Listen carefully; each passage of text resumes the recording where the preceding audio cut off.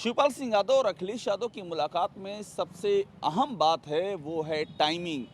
किस टाइमिंग पर ये मुलाकात हुई है? ये मुलाकात उस टाइमिंग पर हुई है जब अखिलेश यादव बाकी सभी गठबंधन में दूसरे दलों के साथ में अपना अपना गठजोड़ मुकम्मल कर चुके हैं।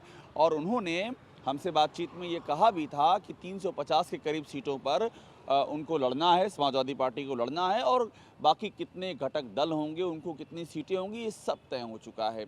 तो ऐसे मौके पर सिर्फ एक ही दरवाज़ा बाकी था और वो दरवाज़ा था अखिलेश यादव के पास शिवपाल सिंह यादव का। और बड़ी बात है कि खुद अखिलेश यादव शिवपाल सिंह यादव के दरवाजे पर गए। दो बड़े संदेश हैं। पहला संदेश ये है कि परिवार को लेकर के जो थोड़ा बहुत भी बिखराव हो सकता था, अखिलेश यादव उसको रोकने की कोशिश में, और ये बिखराव उस बेल्ट में खास तौर पर जो कि इटावा के आसपास की बेल्ट है, इटावा हो गया, मैनपुरी हो गई, फर्रुखाबाद हो गया, आगरा हो गया, फिरोज़ाबाद हो गया, उस बेल्ट में ख़ास तौर पर अगर हल्का सा भी बिखराव की उम्मीद हो तो उसको रोका जाए, ये एक कोशिश है। जानकारी ये है कि तय ये हुआ है कि शिवपाल सिंह यादव और उनके बेटे आदित्य और साथ में कुछ और उम्मीदवार जो कि जिन्हें कि शिवपाल सिंह यादव मानते हैं कि वो जीत सकते हैं, वो समाजवादी पार्टी के सिंबल पर लड़ेंगे। गठबंधन होगा लेकिन बहुत ही टेक्निकल गठबंधन होगा, यानी कि दो पार्टियां, शिवपाल सिंह यादव की पार्टी और अखिलेश यादव की पार्टी साथ आएंगी, लेकिन सिंबल एक होगा और वो सिंबल होगा समाजवादी पार्टी का सिंबल साइकिल। इसी सिंबल पर शिवपाल सिंह यादव के उम्मीदवार, जिताऊ उम्मीदवार, अब जिताऊ उम्मीदवार वो कौन सक्षम होंगे, ये आपस की बातचीत में अभी तय होना बाकी है। उस पर कुछ हद तक सहमति बनी है, लेकिन अभी पूरी सहमति नहीं बन सकी है। अब इसका अभिप्राय समझिए।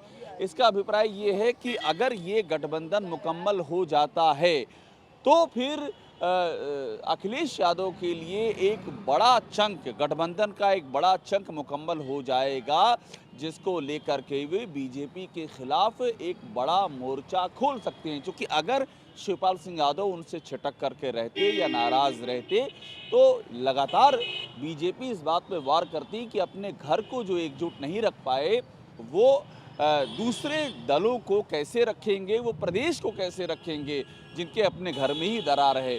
तो उसको भरने के लिए ये कदम बहुत ज़रूरी है। अब दूसरी बात ये है कि टाइमिंग की जो मैं बात कर रहा था, ये वो टाइमिंग है जब शिवपाल सिंह यादव अपना सारा गतिविधियां पूरी कर चुके हैं। उन्होंने यहाँ पर पूरे यूपी में घूम घूम के रथ यात्रा निकाली, अपनी ताकत दिखानी चाहिए, वो सारा कुछ कर चुके हैं। अब जो है अखिलेश यादव ने इंतज़ार किया। इंतज़ार इसी बात का था कि जितनी ताकत दिखाना है शिवपाल सिंह यादव अपनी ताकत दिखा लें, जितनी भी एनर्जी है वो एनर्जी लगा लें, और उसके बाद जब वो रुक जाएंगे, थम जाएंगे, ठहर जाएंगे, फिर आगे की बात होगी। दूसरा पहलू ये कि जब शिवपाल सिंह यादव अपने सारे ऑप्शन एक्सप्लोर कर चुके हों, उसके बाद हमसे बात करें वो।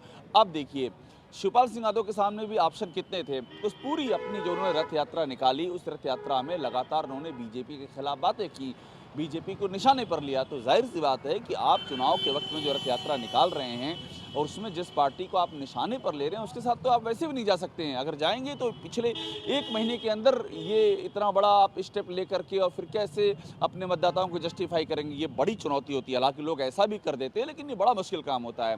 दूसरी बात ये है कि शिवपाल सिंह यादव किसके साथ जा सकते हैं, अगर बीजेपी के साथ नहीं। सवाल ये है, कांग्रेस के साथ वो जा सकते हैं, लेकिन उनको भी पता है कि कांग्रेस की स्थिति बड़ी कमज़ोर है, उनका कुछ उससे भला होना नहीं है।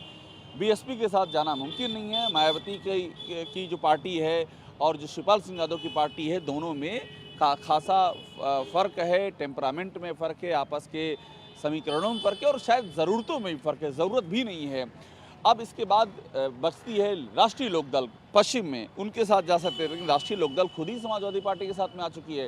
वे ओम प्रकाश राजभर के साथ जा सकते थे। ओम प्रकाश राजभर ने बनाया भी था एक मोर्चा बनाया था उन्होंने, भागीदारी मोर्चा, जिसमें शिवपाल सिंह यादव को रखा था, लेकिन ओम प्रकाश राजभर खुद आ गए अखिलेश यादव के साथ में। तो ऐसे में उनके सामने विकल्प बहुत ही सीमित हो गए, और अखिलेश यादव ने इसीलिए इंतज़ार किया उस समय तक जब उनके इस सीमित विकल्पों की रोशनी में उनके पास सिर्फ एक ही दरवाज़ा रह जाए कि वो समाजवादी पार्टी से बात करें, और जो उनके लिए मुफीद दरवाज़ा है, जो कि इस परिवार से आते हैं, वो इसी पार्टी का हिस्सा रहे हैं, और मुलायम सिंह यादव वो एक छत्रछाया के तौर पर भी ये काम मुकम्मल आसानी से करा सकते हैं। तो इन सारी स्थितियों में ये जो बातचीत हुई है और अब ये माना जाना चाहिए कि आने वाले वक्त में ये जिताऊ उम्मीदवार मतलब कितने उम्मीदवार लड़ेंगे शिवपाल सिंह यादव समेत उनकी पार्टी के समाजवादी पार्टी के टिकट पर ये भी तय हो जाएगा और कुछ ही दिनों के भीतर इस बात की संभावना है कि ये मोर्चा मुकम्मल हो जाएगा।